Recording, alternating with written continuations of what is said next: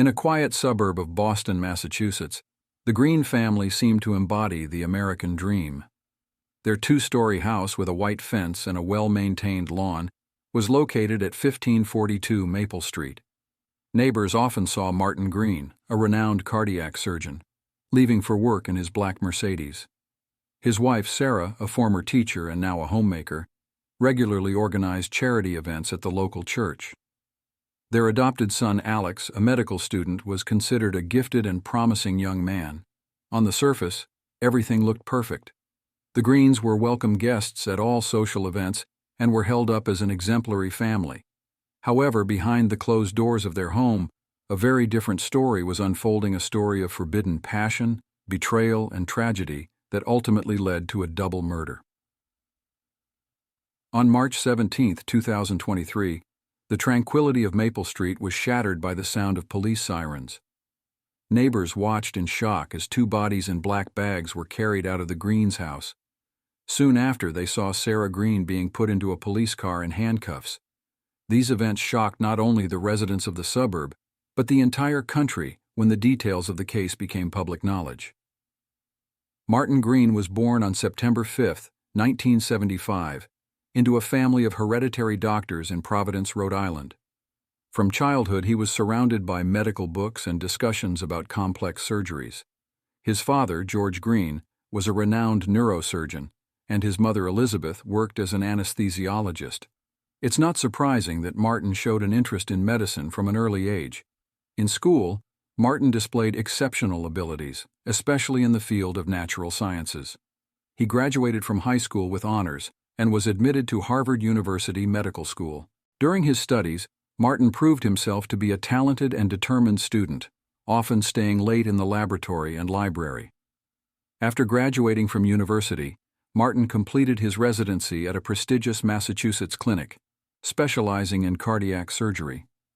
His diligence and talent did not go unnoticed, and soon the young doctor began assisting in the most complex heart surgeries. By the age of 35, Dr. Green already had a reputation as one of the best cardiac surgeons in New England. He regularly performed the most challenging operations, saving the lives of patients whom other doctors had refused to help. His articles were published in leading medical journals, and his lectures drew full audiences of students and practicing physicians. Outwardly, Martin gave the impression of a man completely absorbed in his work. He often stayed at the hospital until late at night and spent weekends at medical conferences. Colleagues noted his meticulousness and attention to detail, which was extremely important in his profession.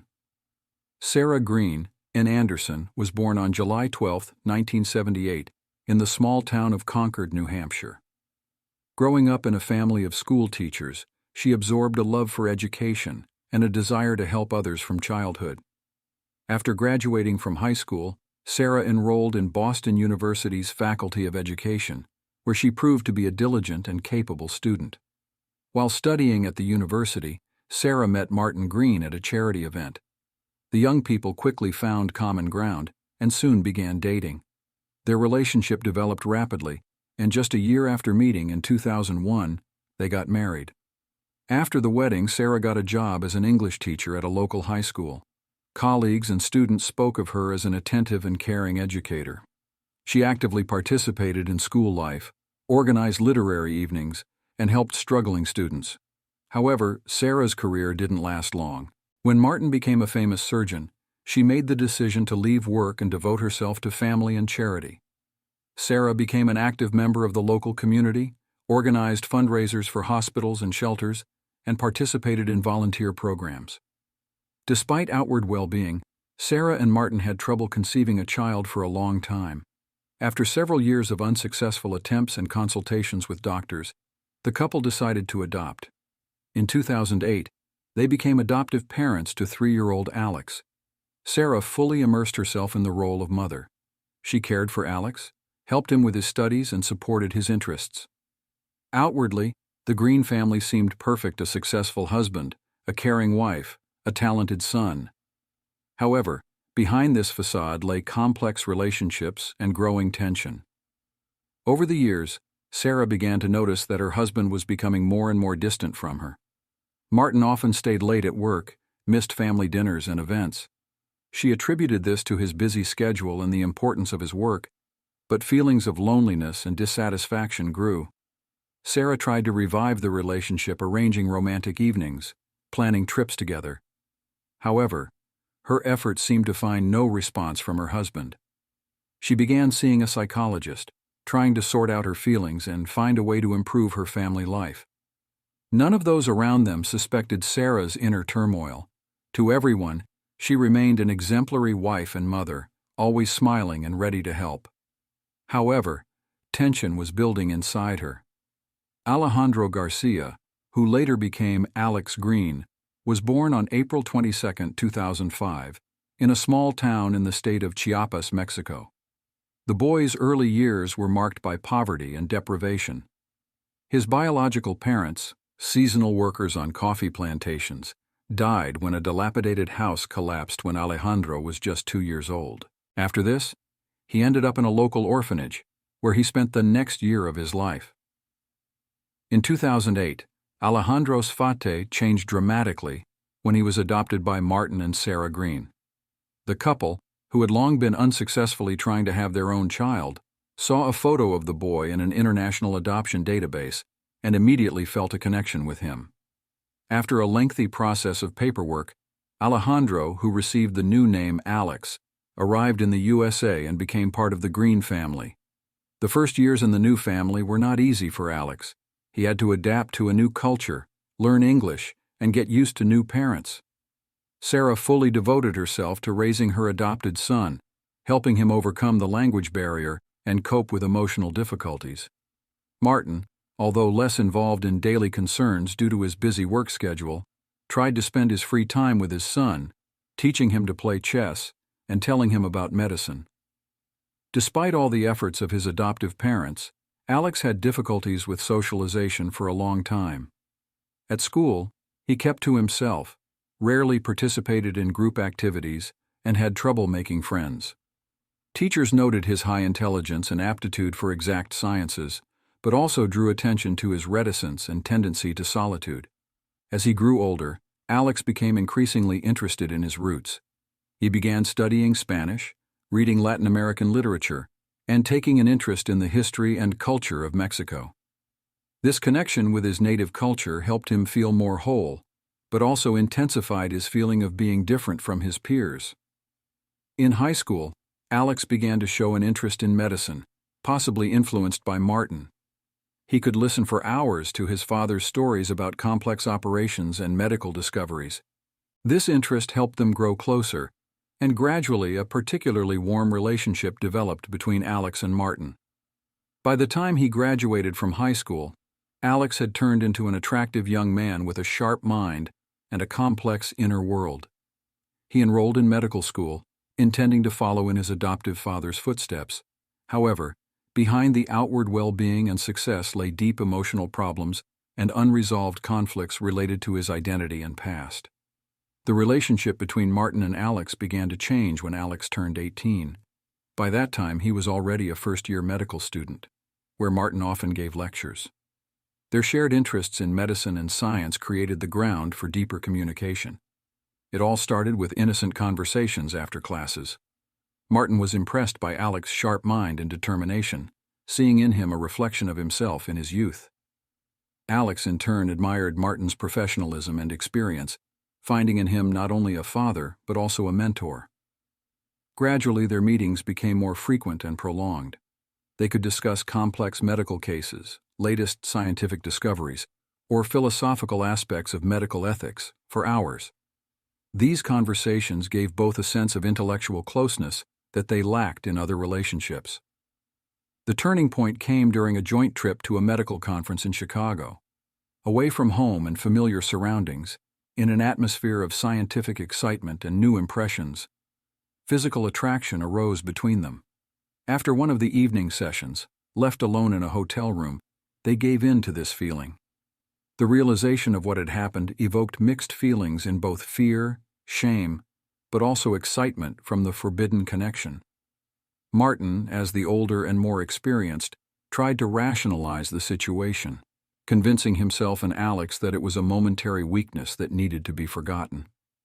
However, Alex, with youthful maximalism and passion, could not so easily let go of the feelings that had arisen. Upon returning home, they tried to return to their previous father-son relationship, but the spark that had arisen between them did not fade. Secret meetings, furtive glances, accidental touches, all this created tension that became increasingly difficult to ignore. Martin, realizing the wrongness of what was happening, tried several times to end the relationship. He told Alex about the need to focus on his studies, about his obligations to his family, about social and moral norms. But each time, seeing the pain and despair in Alex's eyes, he could not resist. Alex, in turn, was experiencing a complex internal conflict. On the one hand, he felt a deep attachment and attraction to Martin. On the other, he was tormented by feelings of guilt towards Sarah, who had always been a loving and caring mother to him. Their secret relationship continued for almost a year.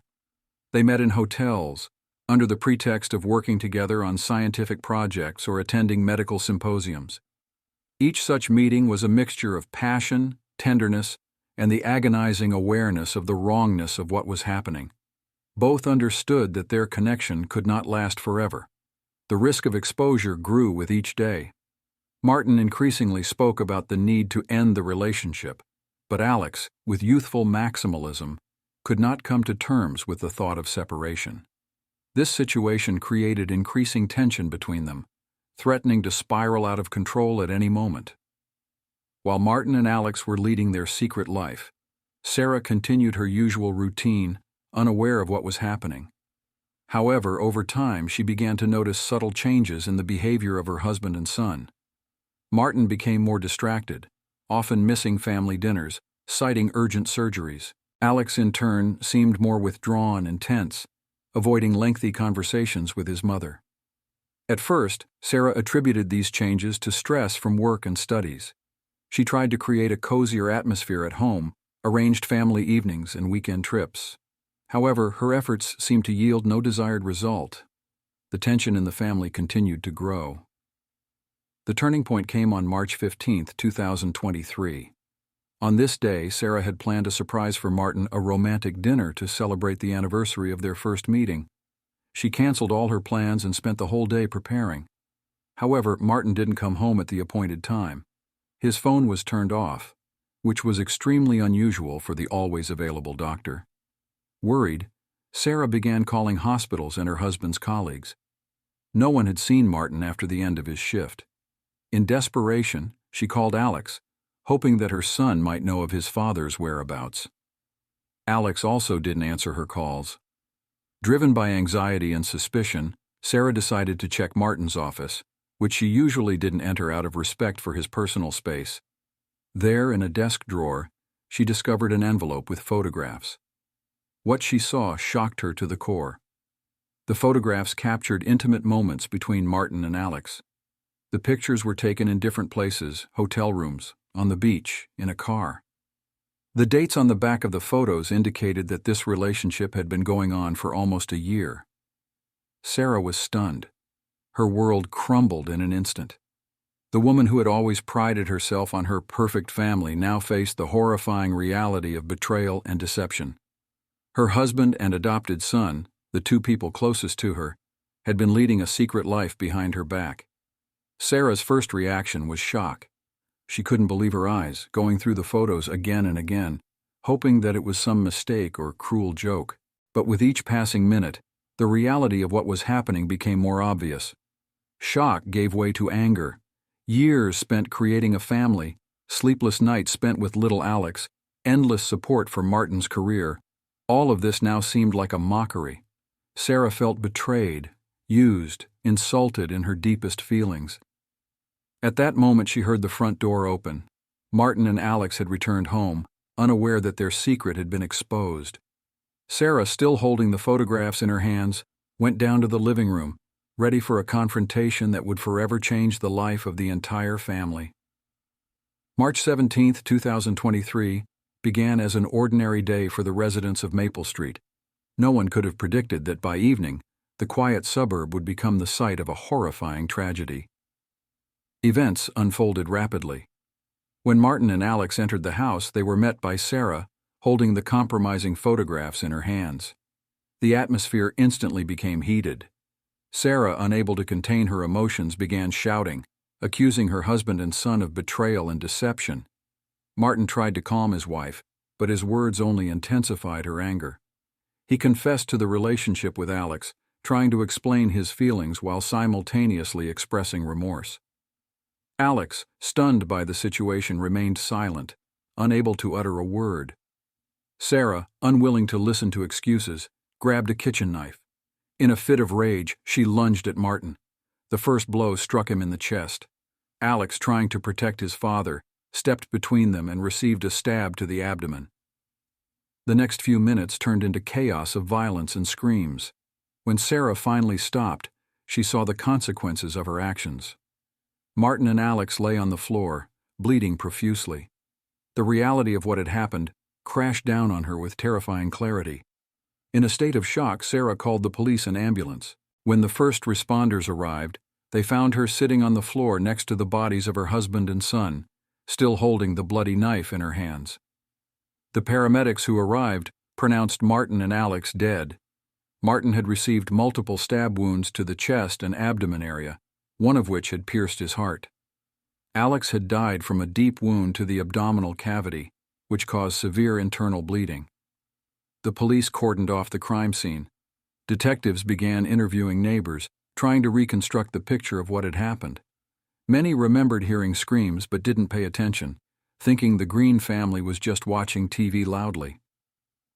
Sarah was arrested at the scene of the crime.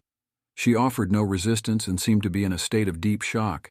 She was taken to the police station for questioning.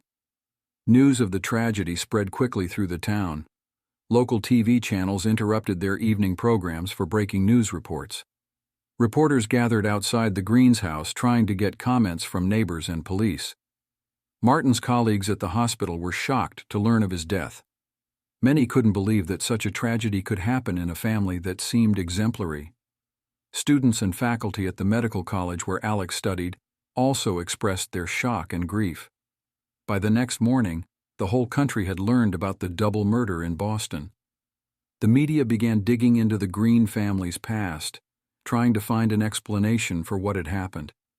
The story of a successful surgeon, his philanthropist wife, and their talented adopted son, ending in a bloody tragedy, captured public attention. Over the next few days following the tragedy, the Boston police conducted a thorough investigation. Detectives interviewed dozens of witnesses, including neighbors, Martin's colleagues, and Alex's classmates. They examined the family's financial records, electronic correspondence, and phone conversations. A key moment in the investigation was the discovery of Alex's diary. Hidden under a floorboard in his room, the diary contained detailed records of the development of his relationship with Martin. These entries confirmed Sarah's testimony about the reasons for her actions. The forensic examination established that the death of both victims resulted from multiple stab wounds. Blood analysis showed the absence of alcohol or narcotic substances in the bodies of Martin and Alex. Sarah, while in custody, initially refused to speak without the presence of a lawyer. After consulting with her appointed public defender, she agreed to give testimony. In her statement, Sarah described in detail the events leading up to the murders, including the moment when she discovered the photographs. The psychiatric evaluation conducted as part of the investigation showed that Sarah did not suffer from mental illnesses that could have affected her sanity at the time of the crime. However, experts noted signs of severe emotional stress and trauma caused by the shocking discovery.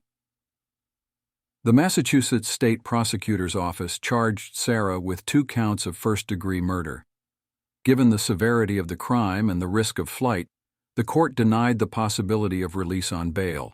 News of Sarah's arrest and details of the crime's motive sparked a new wave of public interest in the case.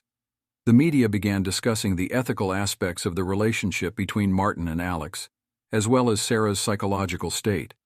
Heated debates erupted in society. Some expressed sympathy for Sarah, considering her a victim of circumstances driven to extremes by the betrayal of her loved ones. Others condemned her actions, arguing that nothing could justify double murder.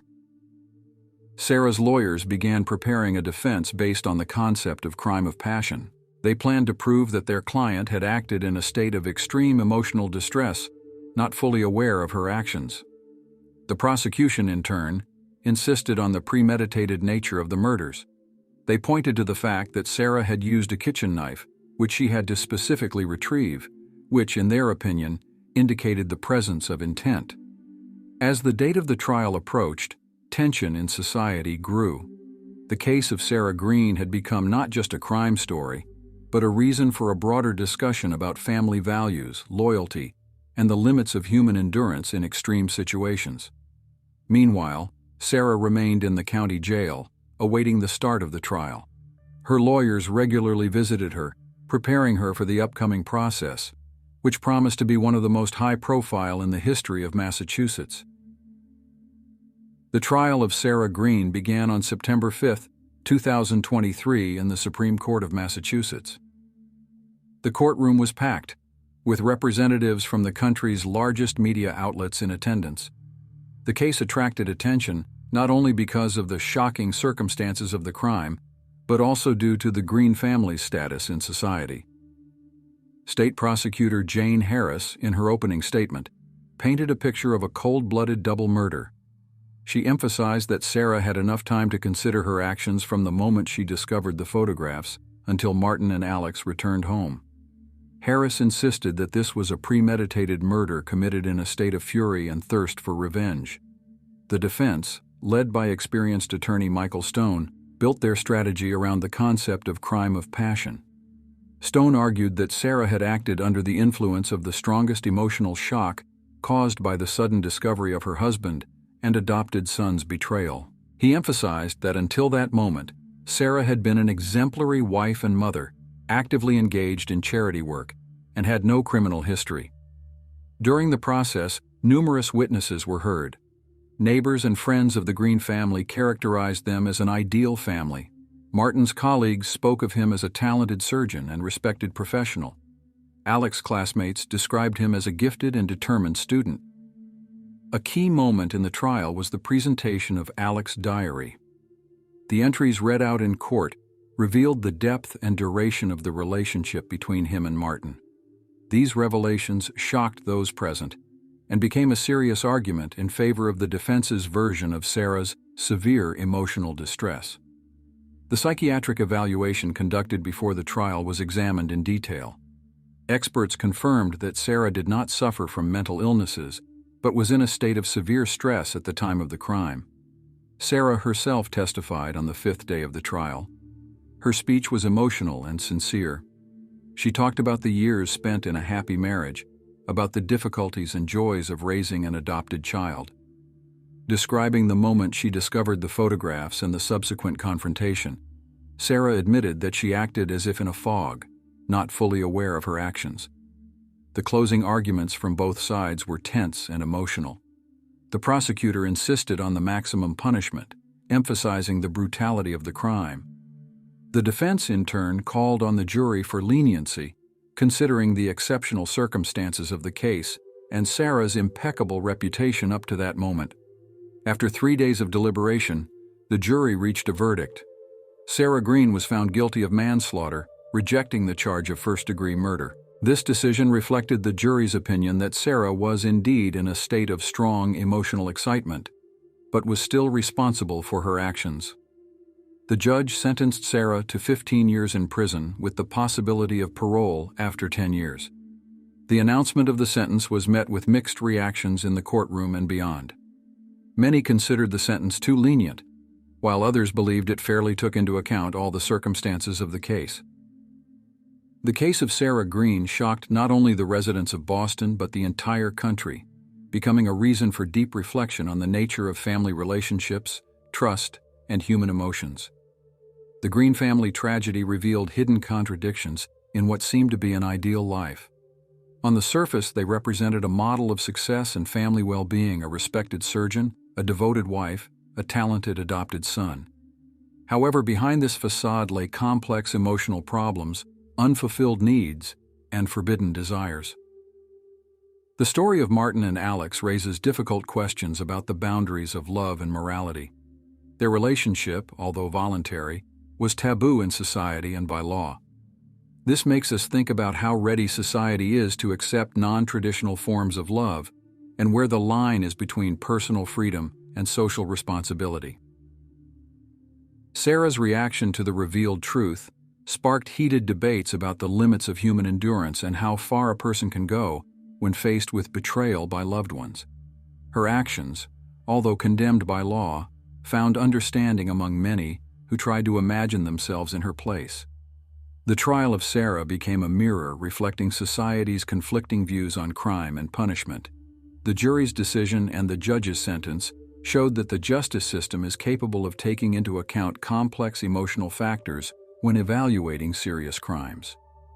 This story also raises questions about the role of media in covering such tragedies. The close attention of the press to the Green case led to a wide public discussion, but also raised questions about the ethics of such detailed coverage of a personal tragedy. For the professional medical community, this story became a reason to review ethical norms and boundaries in relationships between colleagues and patients. Many medical institutions strengthened psychological support programs for their employees. In the field of adoption, the Green tragedy led to discussions about the need for more thorough psychological support for adoptive families, especially in cases of international adoption. For ordinary people, this story became a reminder of the fragility of human relationships and the importance of open communication in the family. Many couples turned to family psychologists, seeking to strengthen their relationships and learn to understand each other better. Ultimately, the tragedy of the Green family remains a bitter lesson about how easily what seems unshakable can be destroyed, and how important it is to value and cherish loved ones. It reminds us of the complexity of human nature, the power of emotions, and that deep internal conflicts can hide behind outward well-being. This story has no unambiguous conclusions or simple solutions. It leaves us with many questions about love, loyalty, forgiveness, and human nature, questions that everyone must seek answers to on their own.